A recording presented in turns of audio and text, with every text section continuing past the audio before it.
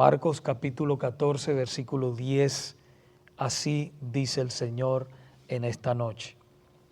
Entonces Judas Iscariote, uno de los 12, fue a los principales sacerdotes para entregárselo. ¿Para entregárselo a quién? No, ¿verdad? A los fariseos, ¿ok? A los líderes del pueblo judío. Y hermanos, es verdad que la traición de Judas a Jesús fue considerada en la iglesia primitiva como el cumplimiento de las Sagradas Escrituras. Eso estaba escrito, ¿verdad? Que Judas entregaría al Señor. Vamos a verlo ahí en el Salmo 41:9. Nos dice Salmo 41:9, dice, aún el hombre de mi paz, en quien yo confiaba, el que de mi pan comía, alzó contra mí el calcañar. Alzó contra mí el calcañar. O sea, uno de sus 12 de confianza, de sus íntimos, lo traicionó.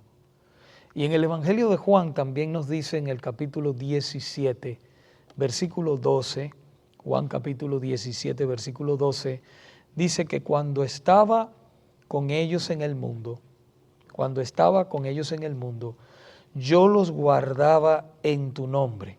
A los que me diste, este es Jesús orando, acuérdense que esa es la oración, el capítulo 17 del Señor al Padre.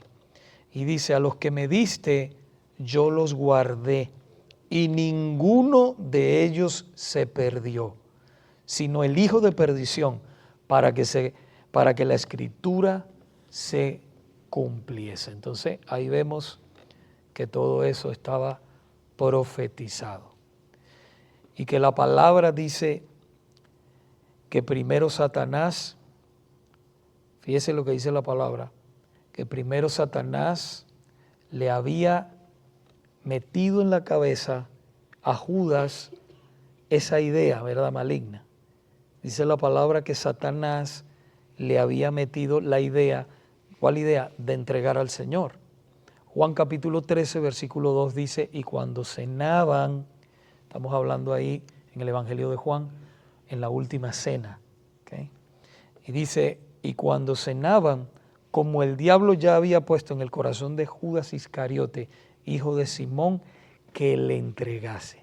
Ya Satanás lo había puesto, ¿verdad?, en su corazón de Judas Iscariote, hijo de Simón, que le entregase. Y luego dice la palabra del Señor que entró en él. Dice que el diablo entró en él. Juan, un poquito más abajo, en el mismo capítulo 13, versículo 27, dice, y después del bocado, Satanás entró en él. Entonces Jesús le dijo, lo que vas a hacer, hazlo más pronto. Ahora, mis hermanos, nosotros pudiéramos pensar que Satanás tiene toda la culpa y Judas no. Pudiéramos pensar eso, que Satanás es el culpable completamente de todo, pero Judas no. Sin embargo, estos hechos no exoneran a Judas de su culpa. Ni la profecía bíblica ni la influencia satánica le robaron la responsabilidad personal por sus actos. ¿Okay? Él tenía culpa. Y fíjese usted que en el último momento, en el aposento alto, Jesús le hizo una apelación final. Ahí en Juan capítulo 13, Juan 13, dice del 25 al 30, él entonces, recostado cerca del pecho de Jesús, le dijo, no Judas, sino Juan, Señor, ¿quién es? Respondió Jesús, a quien yo diere el pan mojado, aquel es. y mojando el pan lo dio a Judas Iscariote, hijo de Simón. Y después del bocado, Satanás entró en él. Entonces Jesús le dijo, lo que vas a hacer, hazlo más pronto. Usted se imagina las palabras del Señor en ese momento. Lo que vas a hacer, hazlo más pronto. Pero sigue diciendo, pero ninguno de los que estaban a la mesa entendió por qué le dijo esto. Porque algunos pensaban, puesto que que Judas tenía la bolsa, que Jesús le decía, compra lo que necesitamos para la fiesta, o que diese algo a los pobres. Cuando él pues hubo tomado el bocado, o sea, Judas, cuando tomó el bocado, luego salió y era ya de noche. Y fíjense, hermanos, que nos dice el Evangelio de Mateo, que cuando Judas rechazó, salió, ¿verdad?, de ahí, dice que Jesús dijo en Mateo capítulo 26, versículo 24, a la verdad el Hijo del Hombre va, o sea, va a la cruz, según está escrito de él, porque así estaba escrito, ya lo leímos. Mas ay de aquel hombre por quien el Hijo del Hombre es entregado. Bueno le fuera a ese hombre no haber nacido. Hermanos, ¿cuál pudo haber sido la motivación de Judas? ¿Cuál pudo haber sido la motivación de Judas? Los evangelistas enfocan su amor al dinero. Su amor al dinero. Juan nos dice que él era el tesorero del grupo apostólico, pero que él era ladrón. Él robaba. Se robaba las ofrendas. Era hombre de confianza. Todos los demás, los 11 discípulos, pensaban que él era el hombre de confianza. Pero el Señor sabía que él era ladrón. El Señor sabía que él era traidor. Acuérdense que uno de los atributos de Dios es que Él es omnisciente. Él lo sabe todo. Por eso Él profetizó su muerte. Él sabía cómo iba a morir, quién lo iba a matar. Dice la palabra que Él sabía que nadie necesitaba darle razón del hombre, porque Él sabía lo que había en el hombre. El Señor sabía lo que había en el hombre. Entonces Judas era ladrón. Y entonces el dinero lo motivó, ¿verdad? Cuando pensamos de la forma, o sea, la culpa es de él. Por eso se sintió horrorizado. ¿Se acuerdan ahí cuando María derramó el perfume y ungió al Señor? Él se sintió horrorizado por esa generosa extravagancia de María al derramar ese perfume. Esa es la palabra que se llenó todo el cuarto donde ellos estaban. Porque déjeme decirle que ese perfume era muy costoso. Y entonces parece que después de eso, él salió directamente de allí a los sacerdotes a fin de recuperar parte de la pérdida. Puede ser que haya salido. Y entonces ahí negoció con ellos para entregar al Señor por 30 monedas de plata, que será el precio de un esclavo. Eso era lo que costaba un esclavo en esa época. Un esclavo común. Otro motivo de la traición de Judas pudo haber sido el carácter político. Pudo haber sido el carácter político más que el comercial del dinero. Acuérdense, hermanos, que en aquella época la nación judía, estos maestros que malinterpretaban, los fariseos, malinterpretaban y los saduceos, ellos los escribas también, malinterpretaban las escrituras. Entonces ellos estaban esperando a un líder político. El Mesías iba a ser un líder político que los iba a ellos a libertar del yugo romano, de la esclavitud romana. Pero entonces, cuando Judas, puede ser que él se decepciona de Jesús porque ve que el Señor vino a plantar un reino espiritual en vez de un reino político. Entonces eso también puede ser que decepcionó a Judas, aunque sabemos que el Señor ya había predestinado eso desde antes de la fundación del mundo. Ya estaba escrito, correcto, ya eso estaba escrito. Pero entonces, hermanos, los evangelios ponen a María y a Judas en un nítido contraste, ¿verdad? María, generosa, dadivosa, dio todo lo que tenía para el Señor, para servir al Señor. Pero Judas, no, egoísta, traidor, orgulloso. Mira el contraste. Y estaba dentro, ¿dónde estaba? Estaba dentro de los 12, de los apóstoles. María también era servidora, ¿verdad?, del Señor. También servía. Pero ahí vemos el contraste de dos personas. Y eso sucede también, hermanos, en la iglesia, lamentablemente. Por eso no podemos poner los ojos en el hombre.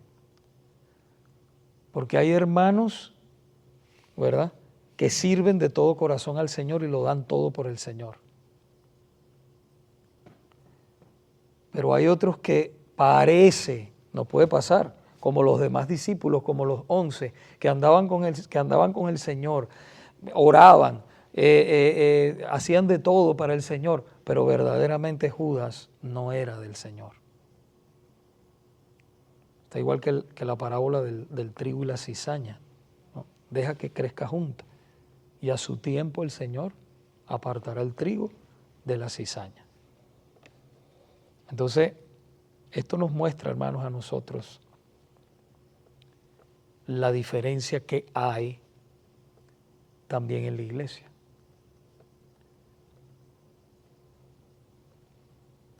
Entonces, ¿qué nos enseña esta reflexión? Lo que les acabo de decir. Los verdaderos cristianos serán generosos y darán todo lo que tienen para el Señor, dentro de sus posibilidades, por supuesto. Y déjeme aclarar, no quiere decir que ahora usted tiene $100 los va a dar todo a la iglesia. No estoy hablando de eso. Hoy en día hay que aclarar todas esas cosas porque estamos en una sociedad donde muy economista, o sea, muy materialista, metálica, ¿ve? Entonces hay que tener cuidado. Pero lo que digo es que es un corazón que siempre está dispuesto a dar de su tiempo, a dar su amor, a dar también de sus bienes conforme pueda.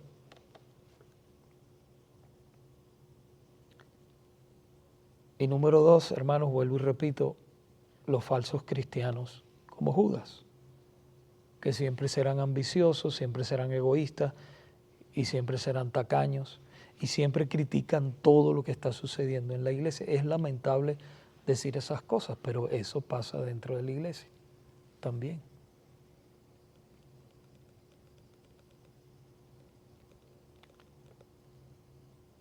Bien lo dice la palabra en 1 Timoteo capítulo 6, versículo 10.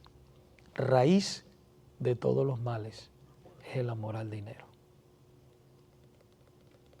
No es que usted tenga dinero, no es que sea malo que usted tenga dinero, no estamos hablando de eso. Usted puede tener dinero. Hay personas que tienen dinero pero son muy despegadas con el dinero. O sea, entienden, su corazón está en el Señor y usan su dinero para la gloria de Dios. Pero hay otros que no, que quieren más y más y más dinero y entonces lo que hace es que su corazón está muy lejos del Señor, muy lejos. Entonces debemos tener cuidado con eso, hermano. y revisar nuestros corazones. Y yo estoy seguro, mire, una iglesia que ora, que se consagra, que ama al Señor, que ama a los hermanos, que ama las visitas, que siempre está pendiente de todo, ¿verdad? Esa iglesia siempre va a estar a flote en el Señor. Y Dios le va a dar discernimiento contra aquellos que no son verdaderos cristianos y quieren destrozar, aquellos, como dice la palabra, aquellos lobos rapaces que se infiltran en el rebaño del Señor y quieren destruirlo. Rápidamente el Señor les va a dar discernimiento. Entonces, hermanos, en esta noche hemos visto el contraste entre Judas y María. Y hemos visto, ¿verdad?, que lamentablemente en la iglesia siempre ha existido. Si usted piensa que la iglesia todo es color de rosa, no, porque la iglesia somos nosotros, los seres humanos, y tenemos defectos. El único perfecto es nuestro Señor. Pero si nosotros como hijos de Dios nos mantenemos en humildad, buscando al Señor, en unidad, en amor, estimando a los demás como superiores a nosotros mismos, hermanos, siempre vamos a estar ahí. Siempre vamos a estar ahí en el Señor, pegaditos a Él. Y nada nos podrá tumbar fácilmente. Por supuesto, ustedes saben que nada nos podrá arrebatar de las manos del Señor.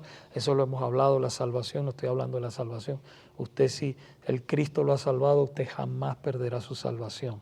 Pero lo que estoy hablando es que cuando nosotros dejamos de practicar las disciplinas espirituales, nos vamos apagando y otras cosas empiezan a llenar nuestro corazón, cosas de este mundo empiezan a llenar. Si usted no llena su mente y su corazón de la palabra, si usted no ora al Señor, le aseguro, 100% seguro, que otra cosa lo va a llenar y no son buenas. No son buenas. Muchos cristianos se llenan de tristeza, se llenan de preocupaciones, se llenan de muchas cosas porque abandonan la palabra, abandonan la comunión con el Señor, abandonan venir a la iglesia. Eso es sumamente importante, hermanos. Yo tenía un profesor, a mí nunca se me olvida mi profesor de teología. Él decía, estar apartado de la iglesia es estar apartado de Cristo. Él decía eso. Y yo creo que él lo decía porque es verdad, cuando tú estás lejos, ¿verdad?, de la comunión con los santos, tú te vas apagando, tú te vas enfriando, ¿verdad? Así me sienta a morir, pero yo voy a la iglesia.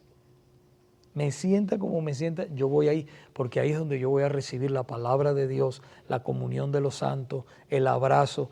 Hay algo especial que hace el Espíritu Santo cuando sus hijos se unen. Y no podemos dejarnos, a menos, hermanos, porque yo entiendo en el contexto donde vivimos, se trabaja mucho y ponen a la gente a trabajar los domingos, lamentablemente. Y entonces, para algunos es bien difícil. Quieren venir, pero no pueden venir, porque los obligan a trabajar. Y eso es lamentable. Pero hermanos, siempre y cuando tengamos esa oportunidad, tenemos que estar aquí. Sobre todo el día del Señor, que es el domingo. Ese es el día que el Señor, de todas las celebraciones que celebran en este mundo, la celebración que es bíblica es el día del Señor, el domingo, el primer día de la semana. Ese sí nos manda el Señor a celebrarlo. Y no es una fiesta a pegar gritos, ni a salir corriendo, ni a brincar. No, es una fiesta pero solemne, ordenada, como dice la Biblia. ¿Okay? Y nos gozamos, los hijos de Dios, cuando estamos aquí en ese día. Y guardamos ese día, que ese día es para dedicárselo al Señor y para el descanso. Y aquí los domingos a veces nos quedamos aquí, a veces hasta las 7 de la noche, estamos aquí compartiendo los unos con los otros. Qué bueno que pudiéramos traer comida todos los domingos y compartir todos aquí, ¿verdad? Casi estamos así, ya casi estamos así. Pero es un gozo, ¿verdad? Cuando estamos ahí los hermanos juntos y en armonía. Entonces, hermanos, hemos visto hoy la motivación de Judas. ¿Cuál era la motivación de Judas? Y cierro con esto, hay que entender algo muy importante. Usted se dio cuenta de Judas. Judas tuvo culpa, porque lo vimos en la palabra como el Señor lo dijo. ¿Okay? Pero está la soberanía de Dios y está la culpa del ser humano. O sea, aunque Dios ha escogido a aquellos que se van a salvar desde antes de la fundación del mundo, como lo hemos estudiado, el ser humano es culpable por sus pecados. El ser humano es culpable por sus pecados. O sea, Judas, aunque él estaba predestinado, que él iba a hacer eso así, porque lo vemos en la palabra, he aquí el Hijo del Hombre, o sea, Jesús, como lo dice aquí, vamos a verlo de nuevo para cerrar. A la verdad, en Mateo 26, 24, fíjese para que usted vea eso. A la verdad, el Hijo del Hombre va según está escrito de él. ¿Ve? Estaba escrito. Si vemos Isaías capítulo 53, ahí vemos al profeta, una de las profecías, como Jesús iba a morir. ¿Okay? Y Jesús entonces él mismo dice de él, a la verdad el Hijo del Hombre va según está escrito de él. O sea, ahí vemos la soberanía de Dios. Estaba escrito que Judas lo iba a entregar. Lo vimos en el Salmo, ¿se acuerdan que leímos anteriormente? El que comía conmigo, el de la confianza, levantó contra mí su calcañar. Entonces, a la verdad, el Hijo del Hombre va según está escrito de él. Pero fíjese lo que dice, después habla de la culpabilidad de Judas. Mas hay de aquel hombre, hablando de Judas, por quien el Hijo del Hombre, hablando de él Jesús, de él mismo, el Hijo del Hombre, es entregado. Y mire lo que dice, bueno le fuera a ese hombre no haber nacido. Vemos soberanía de Dios, culpabilidad humana. O sea, el ser humano es culpable por sus pecados. No, es que a mí me hizo esto, que el diablo me hizo hacer esto. No. El diablo te tienta. ¿Sí? Vamos, por ejemplo, al Edén. Pudiera decir Adán y Eva, no, es que el diablo fue culpa del diablo. No. Cuando Dios juzgó a la serpiente, o sea, el diablo juzgó a Adán y juzgó a Eva. Ellos fueron culpables, los tres, y a los tres los juzgó. Entonces tenemos que entender eso. ¿Cómo eso es así? Bueno, eso es Dios. Tenemos que entender que Él es soberano y que la palabra del Señor nos lo presenta de esa manera. Soberanía de Dios, ¿verdad? Y culpabilidad del hombre. El hombre es culpable por sus pecados. Amén.